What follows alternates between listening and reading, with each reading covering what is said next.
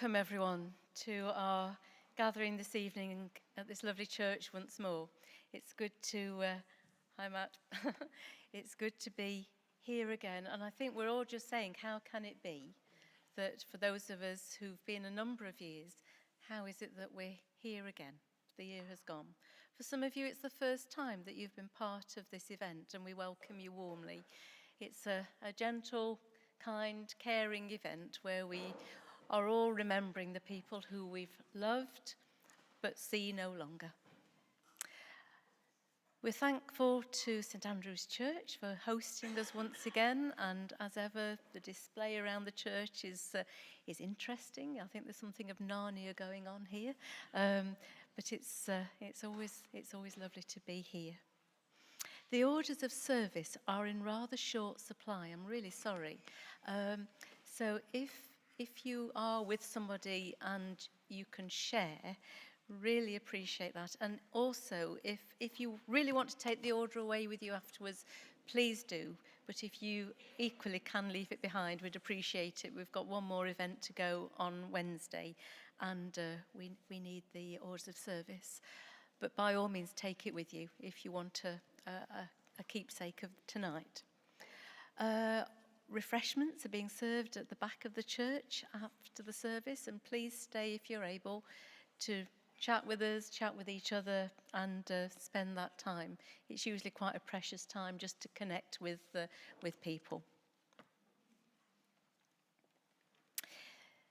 The labels, so one more thing here, the labels on the lanterns are available after the 17th of December. If you want to collect your label and hang it on your own tree at home or have it sort of around on a display, please come and collect it from the hospice main reception if you want to do that. We keep them attached to the labels for the time being, but you certainly can have your label after a little while. So I think that's all I need to say by way of introduction. I'm going to light our remembrance candle and invite Corinne, one of our trustees, to come and read our first poem. Thanks, Corinne.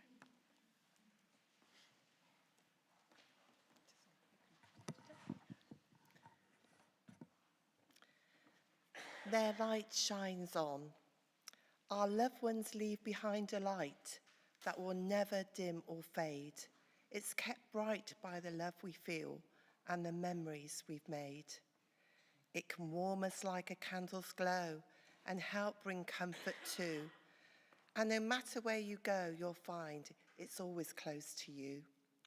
And in the darker times, remember, in our hearts their light is strong. So every time we think of them, their memory shines on.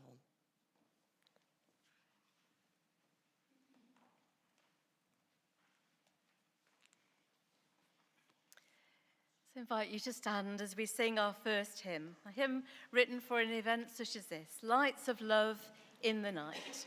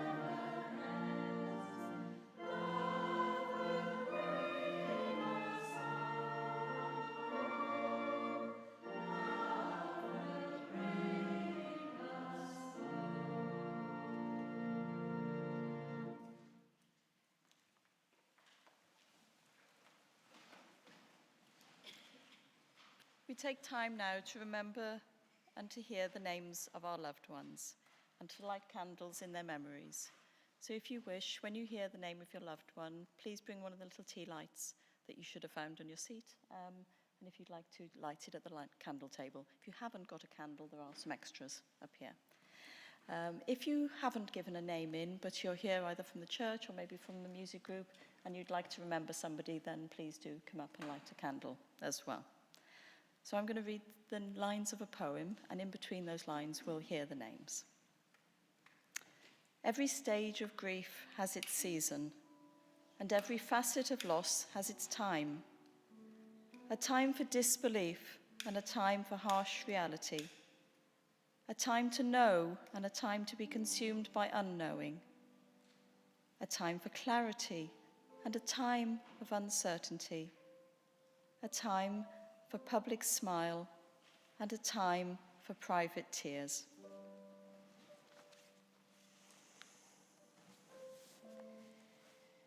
Richard Collier Bain, Mr. Charles Blunsdon, Michael Joseph Brown, Eddie Chudy, Ella Chudy, Raymond Clapp, Leonard Day, Andrew Dean, Brian Emery, Stephen Fowler.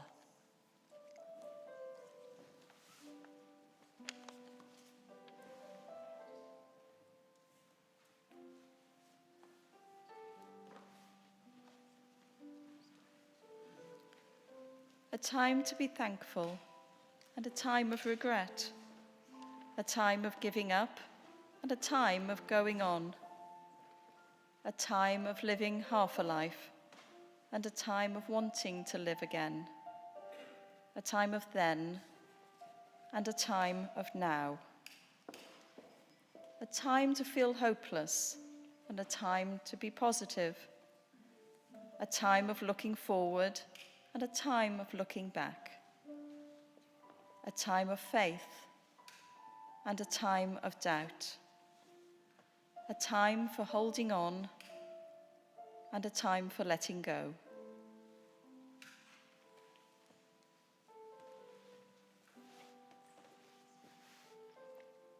John Griffey, Sandra Harris, Wendy Ann Hill, Peter Evaldi, Mike Lake, David Lifton, Stephen Morge, Jerry Panter,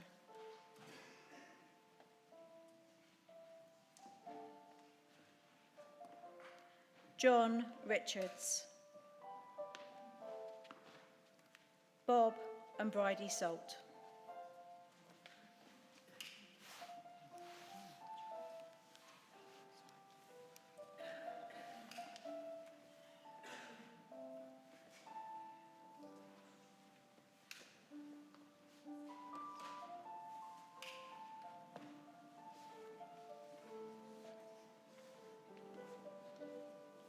A time when steps are light and a time when limbs are tired. A time of hazy memories and a time of instant recall. A time for living with death and a time for living with life. A time of fruitlessness and a time of growth. A time of despair and a time of purpose. A time of emptiness and a time of hope. A time for rage and a time for peace. A time for tears and a time for laughter.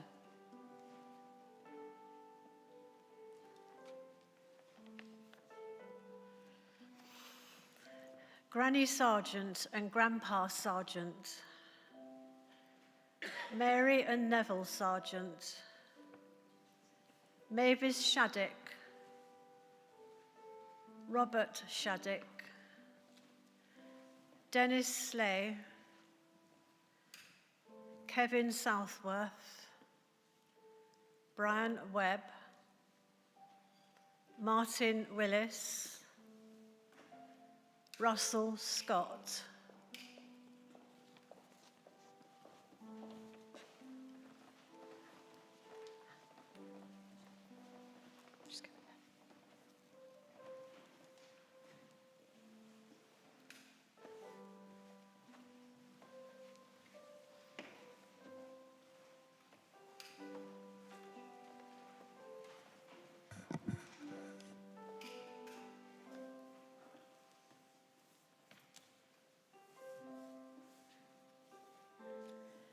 June and Roy Burgess, Lily and Fred Thorne, Sheila and Joan and Teddy, Alistair Christie,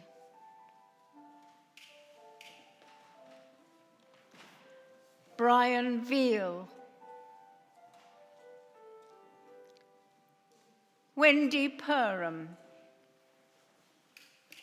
Sue Thomas,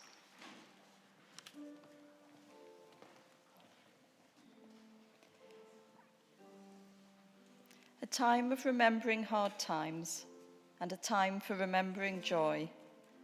A time for talking and a time for quietness. A time for needing others and a time for being alone. A time for sadness and a time of giving thanks for love.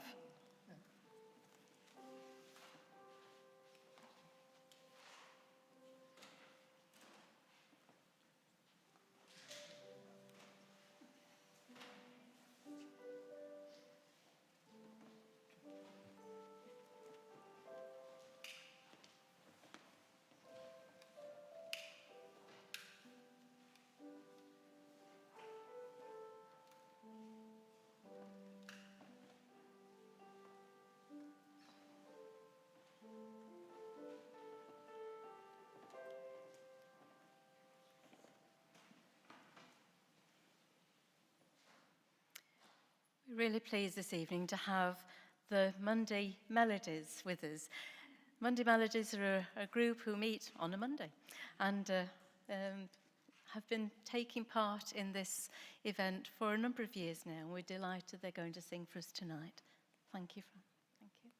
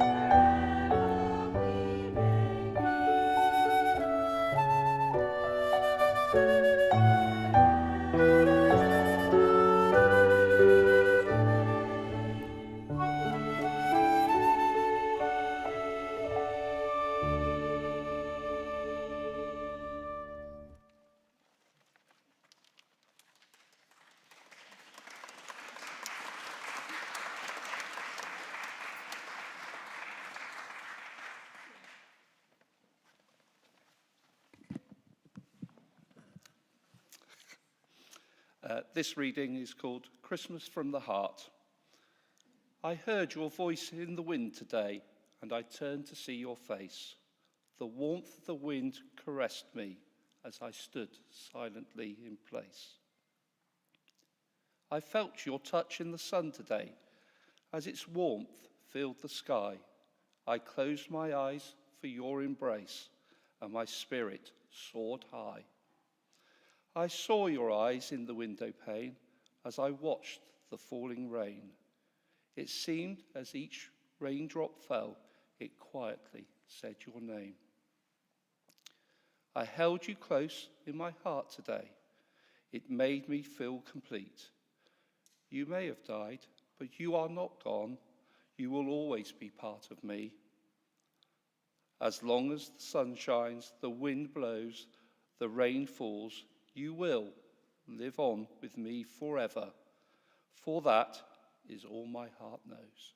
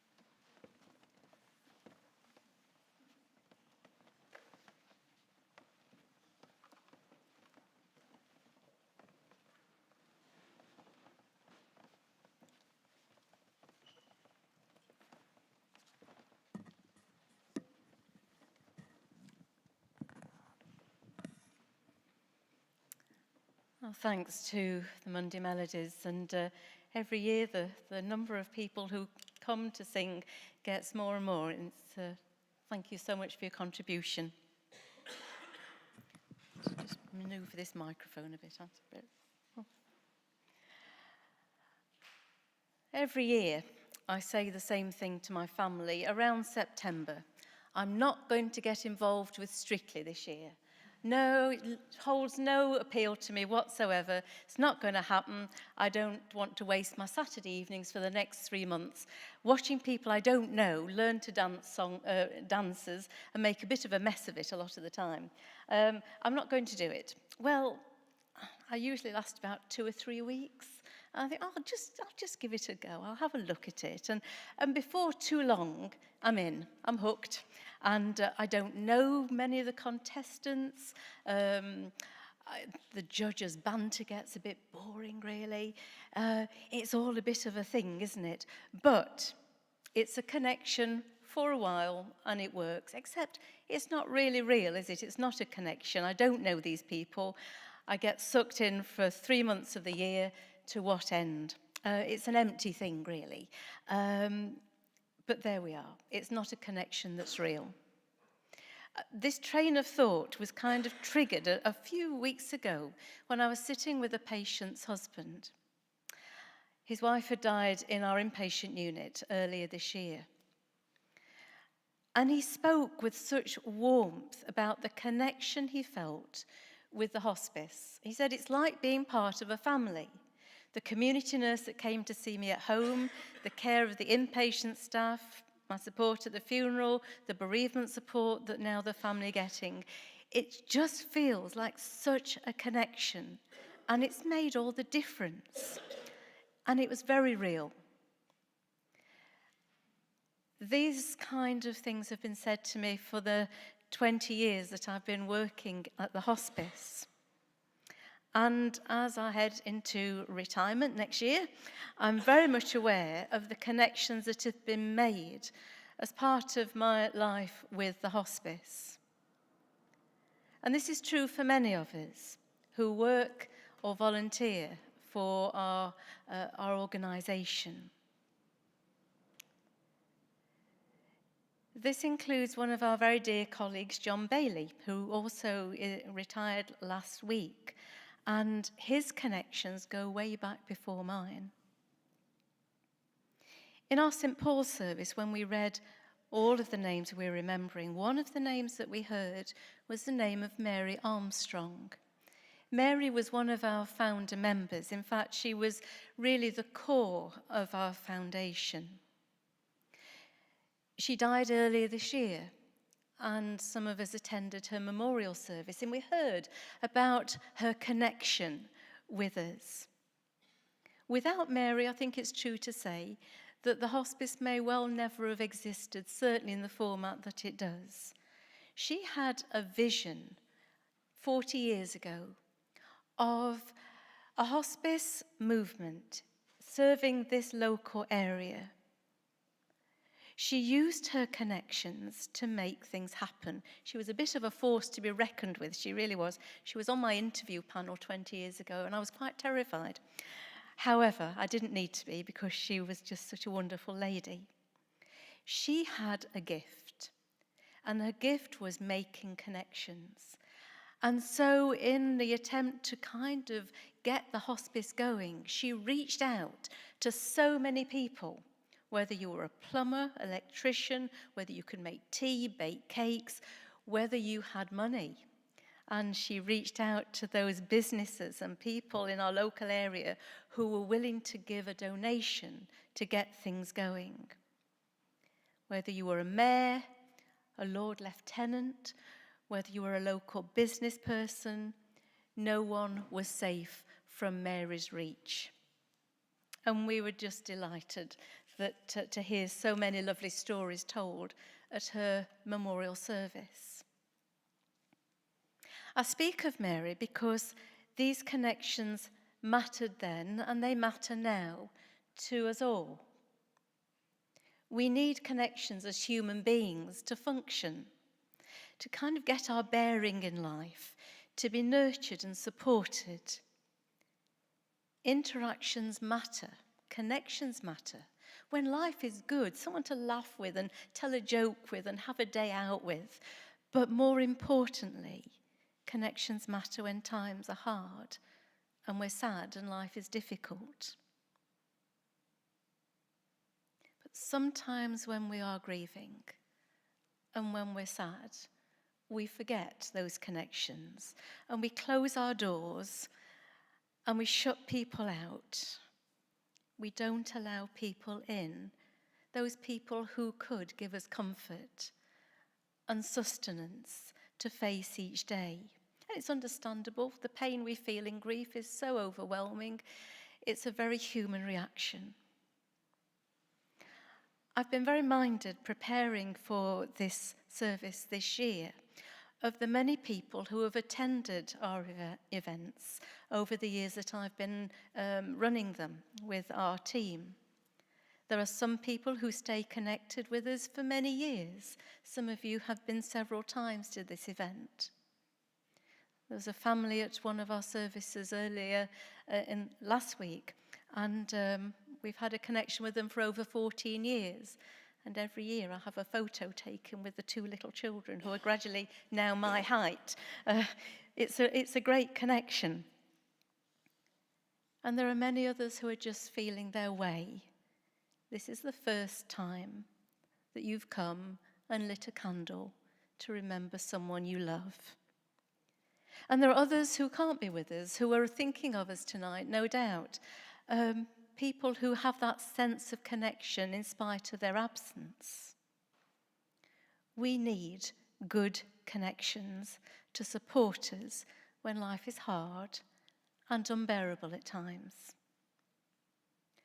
Personally, over the years, the connections I've made with patients, families, staff, volunteers, people like Matt at the back here, we've known each other many years as well. People who have shaped, I think, who we all are, because we have connection, we have conversations. We have those real conversations about things that matter. People share their stories with us, share their experiences. We talk about faith, life, doubt, sadness. These are real connections who've certainly changed my life for the better. And I'll carry memories as I retire, and certainly memories of occasions like these where we really connect with one another in our loss. So I wonder tonight, what connections matter to you as Christmas approaches? Maybe it's the first time that you write a Christmas card with one name, or you write a present label with one name less. It's hard. So find the connections that you know will support you, that will give you ease and peace and calm. Find those people who understand, who get where you are, so you don't have to put a mask on or pretend to be anything other than maybe quite sad. Plug into the things that reduce your anxiety and give comfort. Maybe connecting with the Christmas story is a place where you start, because that story talks so much about light and hope and peace. I'll see strictly through to the end. I gather I didn't see the results show on Sunday. I gather it was quite dramatic. So I do know who's out, but I won't spoil it in case you don't. I'll see it through to the end. I've come this far. I've wasted 10 weeks. Why not another 2? And then it's done for another 9 months.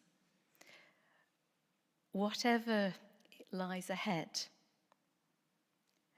the hospice will always be a place that offers connection that's real. Places where people come to be heard and listened to and supported. Where above all anything else, there is kindness in a world so void of it. And that kindness is there for us all as we journey on together, yes, without the sight of our loved ones, but carrying all that we cherish about them in our hearts as we journey on.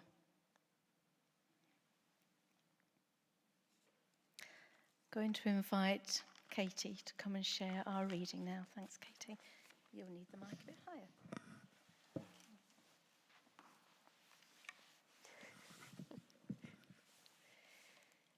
This reading is titled, She Is Gone. You can shed tears that she is gone, and you can smile because she has lived. You can close your eyes and pray that she will come back, and you can open your eyes and see all that she has left. Your heart can be empty because you can't see her, and you can be full of the love that you shared. You can turn your back on tomorrow and live yesterday, and you can be happy for tomorrow because of yesterday. You can remember her and only that she is gone, and you can cherish her memory and let it live on. You can cry and close your mind, be empty and turn your back, and you can do what she would want, smile, open your eyes, love, and go on.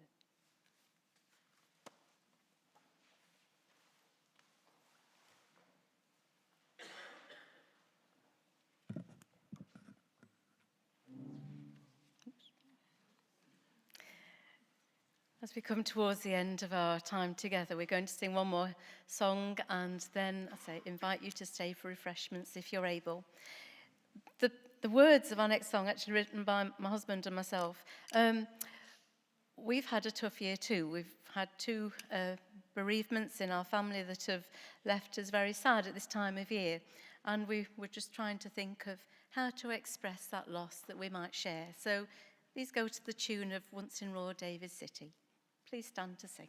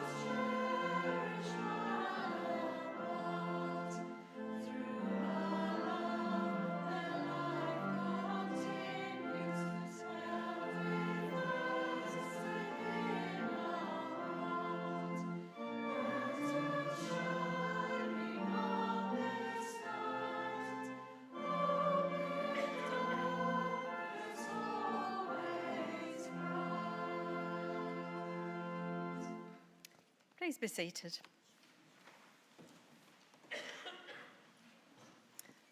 So thank you once more for being here this evening, and I hope that it's been a time of peace and comfort to you.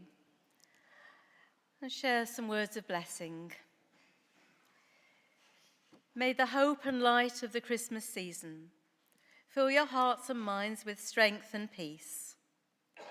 As we've given thanks for our loved ones, we commit ourselves to supporting each other with love and kindness. Amen.